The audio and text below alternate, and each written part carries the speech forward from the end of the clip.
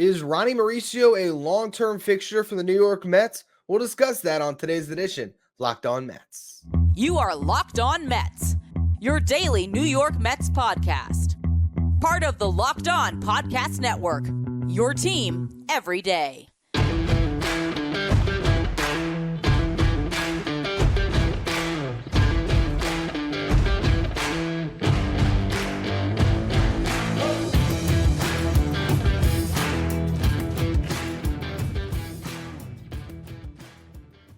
Hello to all you amazing Mets fans. You're watching Locked On Mets, part of the Locked On Podcast Network, your team every day. I'm your host, Ryan Finkelstein. If you want to find any of my work, follow me on Twitter at FinkelsteinRyan. You also find some of my writing at JaseBaseball.com, where I work as the managing editor. Swing for the fences on Sleeper Picks, and you can win up to 100 times your money. Download the Sleeper app and use promo code Locked On. You'll get up to a $100 match on your first deposit. Terms and conditions apply. See Sleeper's terms of use for details. Currently operational in over 30 states. Check out Sleeper today. Well, the Mets got killed this weekend. They got swept by the Phillies in a 4-game series. They pushed the Phillies magic number down to just 1, so they're that close to making the playoffs. It is pretty clear that that series next weekend probably won't matter at all. It'll just be a time for the Phillies to get themselves ready and in line to go into the wild card round. That's probably where we're going to be at here. So I don't want to talk about the games this weekend. Ronny Mauricio hit his second home run as a New York Met on Sunday, and that is what I do want to discuss. He hit a laser. It's about 112.9 miles per hour off the bat to left field, and again, flashed that potential, that factor. He's played 20 games now for the New York Mets, and on the surface, if you've been watching, you'd say this kid has the chance to be a star. This kid looks like the second best rookie the Mets have had this year. We're obviously putting Kodai Senga aside here. I'm looking at the position players. It's Alvarez is the guy that's definitely going to be a starter for the New York Mets. And what Mauricio has shown in this 1 month rivals anything we saw from Mark Vientos and Brett Baty all year. You can say that for certain. Yet, you peel back a layer, you actually look at the fine print, look at the 20 games and the numbers he's put up. He's hit 260, that's not bad, 305 on base, 377 slug, 2 home runs, 7 runs scored, 9 RBIs, 6 stolen bases. What does all that amount to in production? A 682 OPS. Doesn't really jump out. His weighted runs created plus, okay, WRC plus, league adjusted stat measuring hitters on an average of 100. Ronny Mauricio's WRC plus after hitting this home run is up to 90, 10% worse than your league average hitter. You look at his F-WAR, and now the home run is going to juice this, so this is going into the game today. That hasn't been updated. It'll be updated in the morning. His F-WAR was 0.2 going into the game. Minus 0.6 comes from his offense, minus 0.2 from his defense, and 1 win from what he's done on the bases, which makes sense, stealing 6 bases in 20 games. All of this is to say, we haven't learned anything at this stage. It reminds me a lot of spring training. Ronny Mauricio hit 4 home runs in spring training, and everyone was clamoring for him to get more playing time in spring and then, maybe make the team. And everyone was so excited about what Ronny Mauricio could mean for the New York Mets in 2023. But then when you looked at his final numbers, he hit 242 with a 286 on base. His slugging percentage was ridiculous because he had 4 home runs. But all of those came early. I think he might have had a multi-home run game in spring training. And he hit some bombs. I mean, he hit one, over that berm, looking right field in Port St. Lucie. There's, that hill that everyone can sit out on. There's a concession stand, and he hit it over all of it. And he has those flashes where, wow, Ronny Mauricio. And then you look at the stats, and they leave something to be desired. By season's end, we're going to probably have seen 26 games from Ronny Mauricio if he plays the last 6. He has hit safely in 16 of 20 games so far. That's really good, right? His strikeout percentage of 26.8% is not great, but it's not horrible. And you look at what he's done. If you combine Major League Baseball stats with AAA stats this year, he's played 136 games. He has 25 home runs and 30 stolen bases. So, yeah, there's a lot there to like. A guy that over a full season can be a 30-30 guy. But at the same time, I don't know what his long-term position is. And I don't know if his on-base percentage in the big leagues is going to be much higher than 300. So it's just a frustrating thing when it comes to Ronny Mauricio. You could say, oh, well, this is the issue. The Mets didn't play him enough. They should have called him up way sooner. You look back at his season, and it's hard to really pinpoint that time. You say, hey, end of May, early June. He was great in April and May in AAA. Awesome. Called him up when he was hot after that. Okay. But in June in AAA against inferior competition, he was abysmal. July wasn't great either. So you look at those couple months, could you have promoted him? I don't know. Then you say, all right, we'll promote him in August. Well, he was coming off 2 bad months when the Mets did their trade deadline sell-off.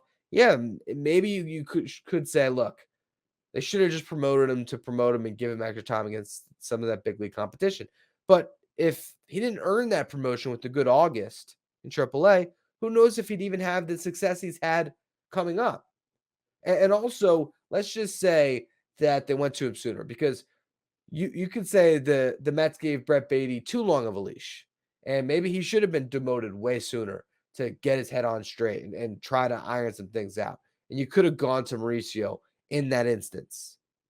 If he joined a Mets team that was really struggling as a unit, that was trying to make the playoffs and just consistently coming up short, could he have been, kind of infected with the entire clubhouse's energy and been bad when he started compared to playing carefree baseball?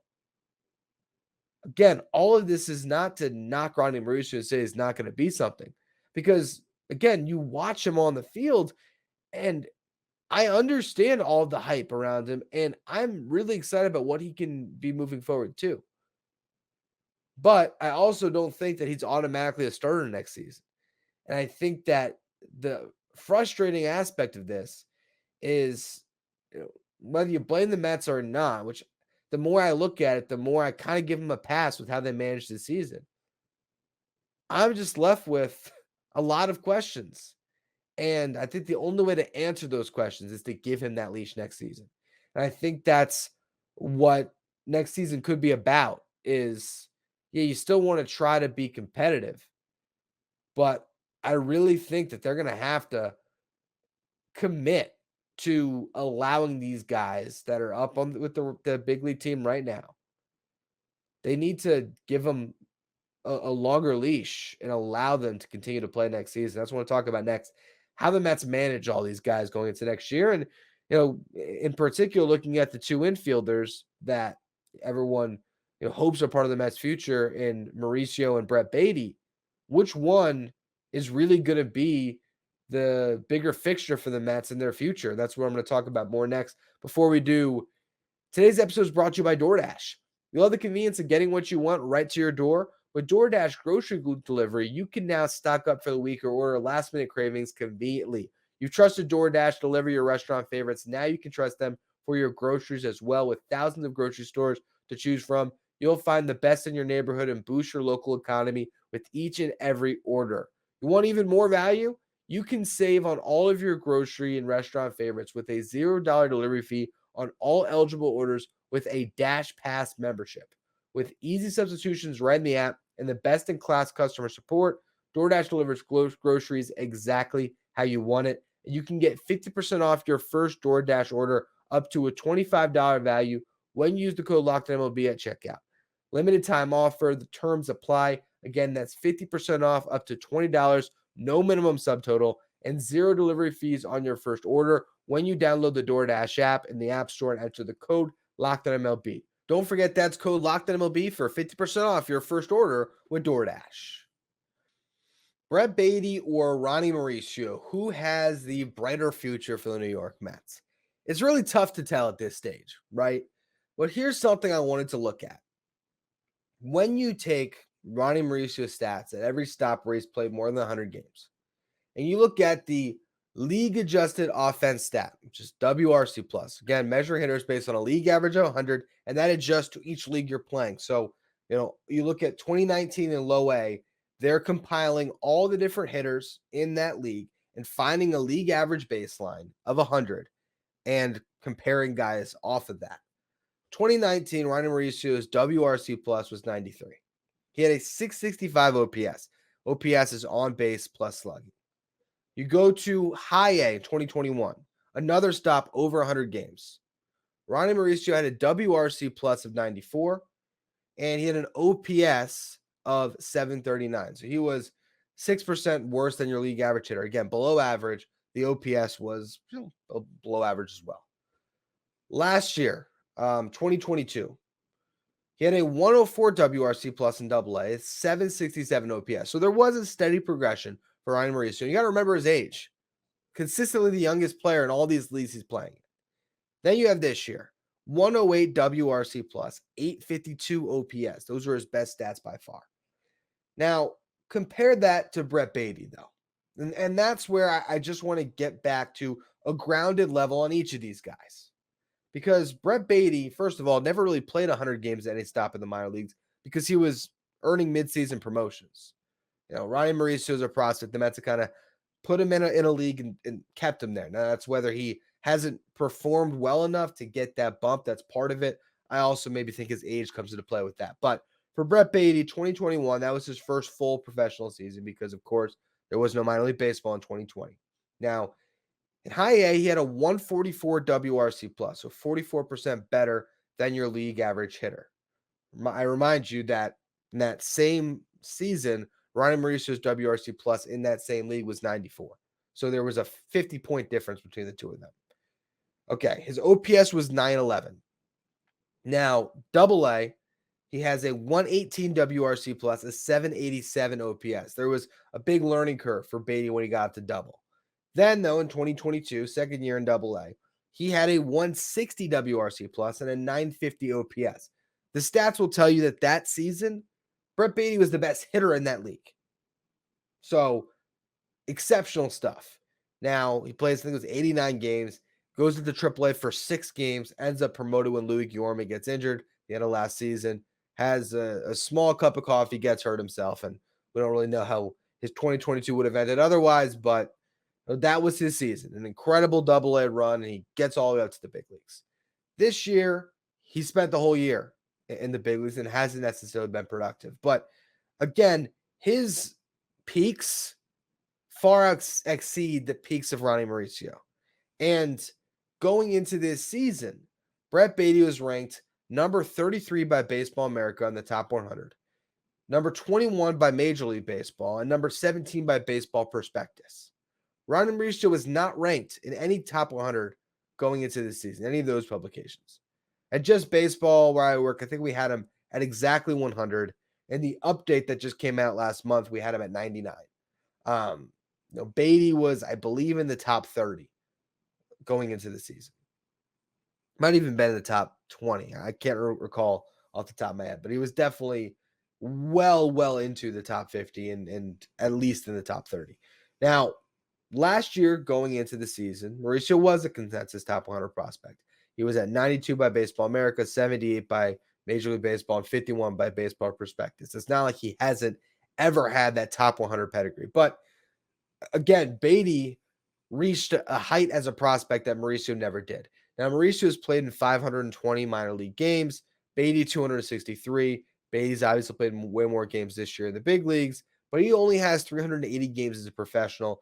By season's end, Mauricio is going to be pushing up against 550. So, with all that said, that doesn't necessarily mean that because Mauricio has more professional games that he should be more advanced because of the age, he's still younger. It's just to say that each of these guys is at the beginning of their minor league career and not just their minor league, the beginning of their professional career, and deserve some benefit of the doubt in either direction right now. We still don't know what either of them is going to be. While Brett Baty struggled significantly this year, because he was a better prospect, you can't just give up on him. And you have to understand that there are growing pains, and he might come back next year clearly the better player. He came into this season clearly the better player. Right now, you're probably saying, if you're watching the Mets, Ronny Mauricio is better. But I just don't know if that's the case. And you could say, hey, Mauricio didn't have time to prove himself, but you also could say he didn't have enough of a leash to hang himself the way Beatty did. Mauricio had the benefit of playing carefree baseball in September. Yes, he hit safely in 16 to 20 games, but even with that smaller sample size where he was seemingly effective, his OPS on the MLB season is only 66 points higher than Beatty's.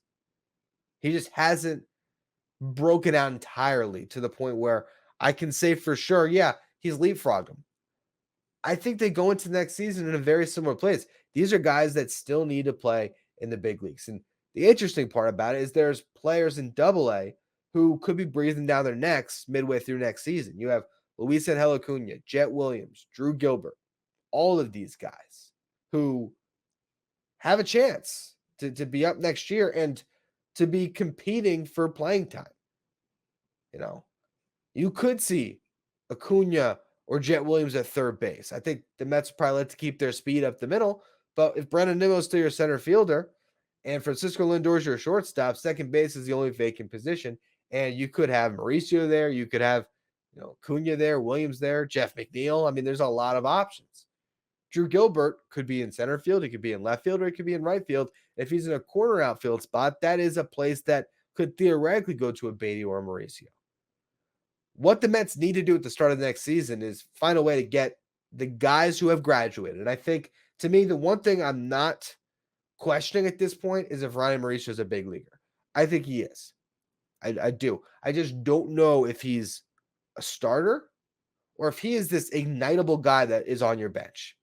Because I can see a world where Ronny Mauricio for the Mets over the next 6 years is this guy that is a super utility guy who will end up still playing 100+ games anyway, because guys always get hurt. But imagine the role Jeff McNeil has filled, but by a guy that can hit the ball as hard as Mauricio can, and who can come off the bench and can steal a base, who can come off the bench and hit a big home run. That's a switch hitter. This is why Ronny Mauricio, I think, really needs to work on all these different positions. It's frustrating because I think the Mets always viewed him as a trade chip. I really still believe that. And I think that's why they were hesitant to move him off shortstop. But now he's behind in what his future role can be for the Mets.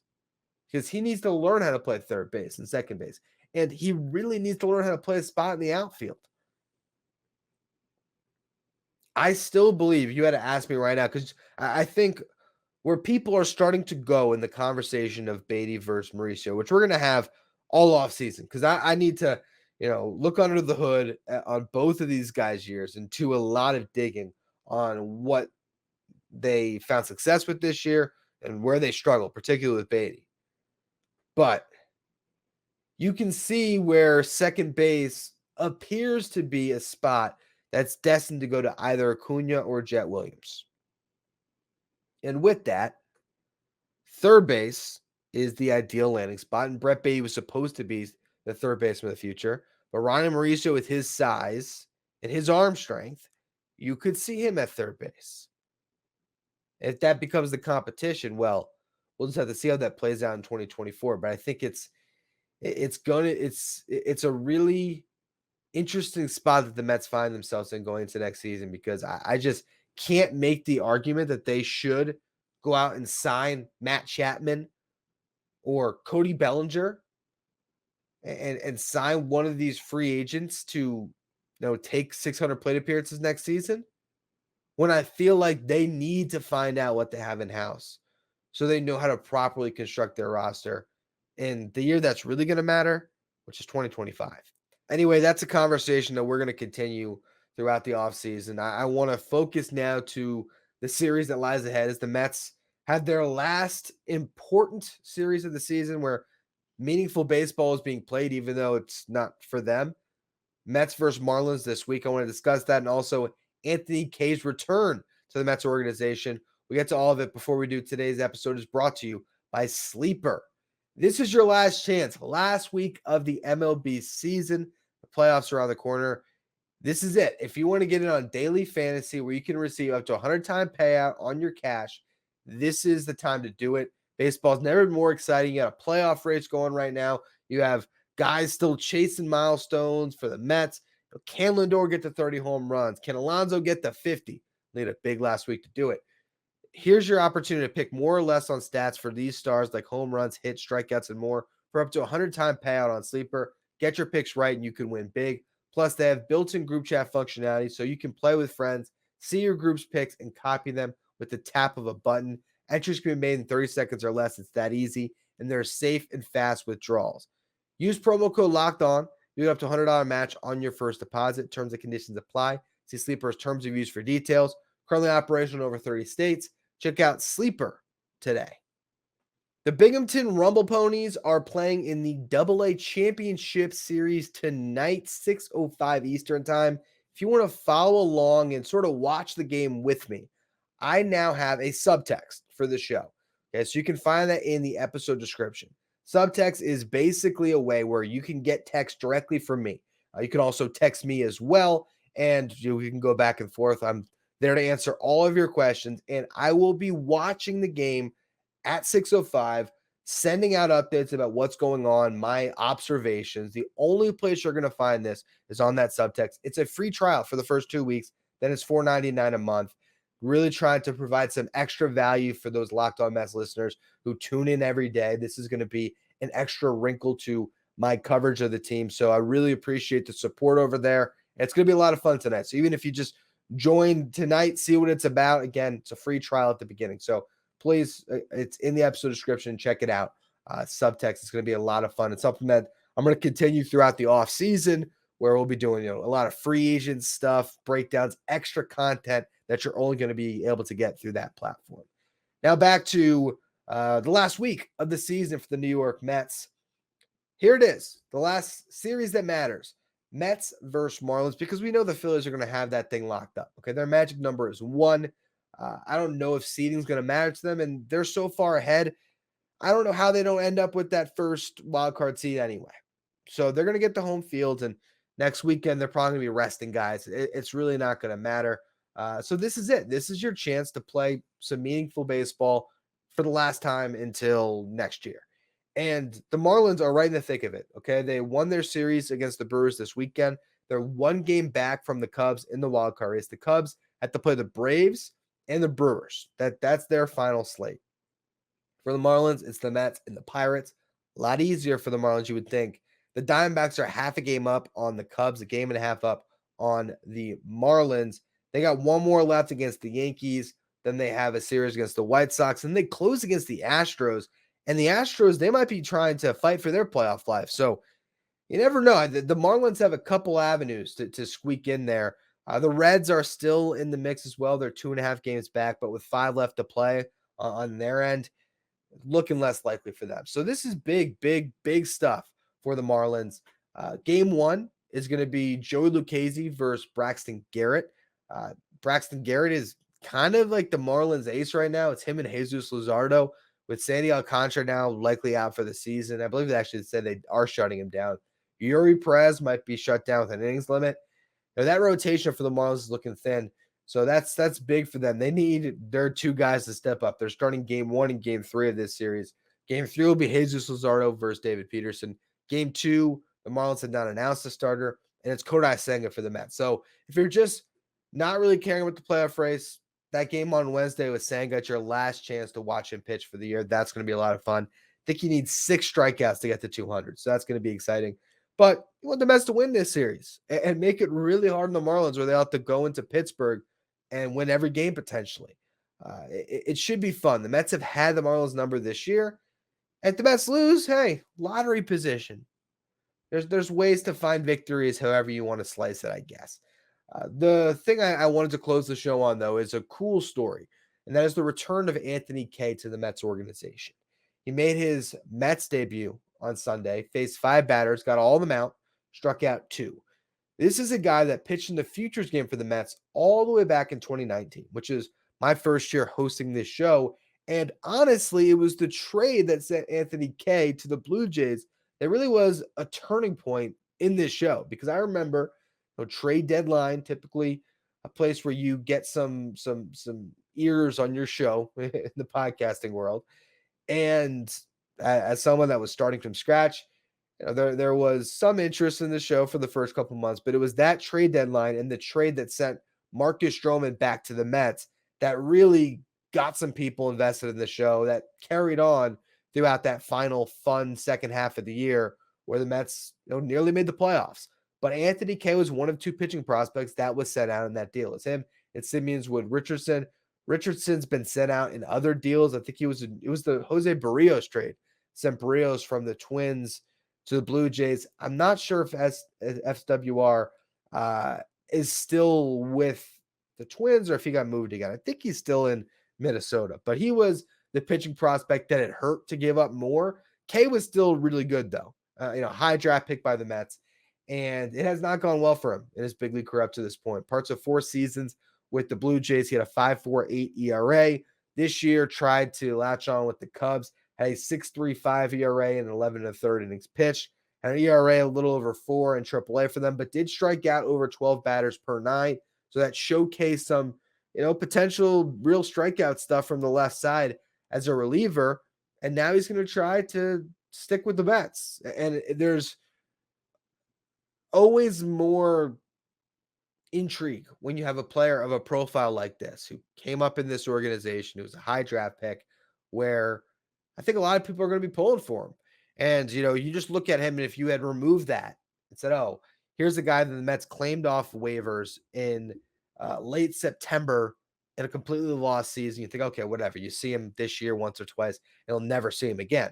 Because there's that backdrop, and because he went to AAA with the Mets, and he struck out 8 of the 12 batters he faced in a couple of scoreless appearances, and now has a scoreless one in the books here, is a left-handed reliever now, I could see him sticking on the 40 until next season. So it was good to see him back, even if this is it. It was still nice to see him in a Mets uniform and just kind of, revisit history a little bit, because there's always that what if, right? When you trade a prospect, oh, what are they going to become? And man, I really was looking forward to them pitching with the Mets uniform. Now we saw it. So it was good to see Anthony Kay. Wishing him the best moving forward. A good, strong final week of the season here. And then if he can hold on to that 40-man spot, you never know. Maybe the Mets end up finding a left-handed reliever that provides real value to them over the next couple of years.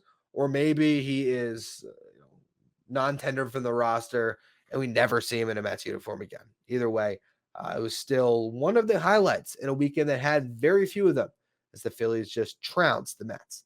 Anyway, that's going to be all for today's edition of Locked On Mets. Looking forward to the game later tonight. Again, for anyone who wants to follow along with all of the action in Binghamton, I'll be watching and subtexting. So join that link there in the description and see what that's all about.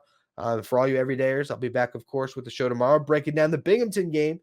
And we'll see what else. I think I want to do a dive into Jeff McNeil as well at some point this week. So we might do that for Tuesday's show. Anyway, make sure you follow, rate, and review wherever you get your podcast. Follow me on Twitter at Finkelstein Ryan. Follow the show at Locked On Mets. Thank you for making Locked On Mets your first listen every day. If you want to catch every pitch of the Mets hometown broadcast this week, you can do so with SiriusXM on the SXM app. Just search Mets.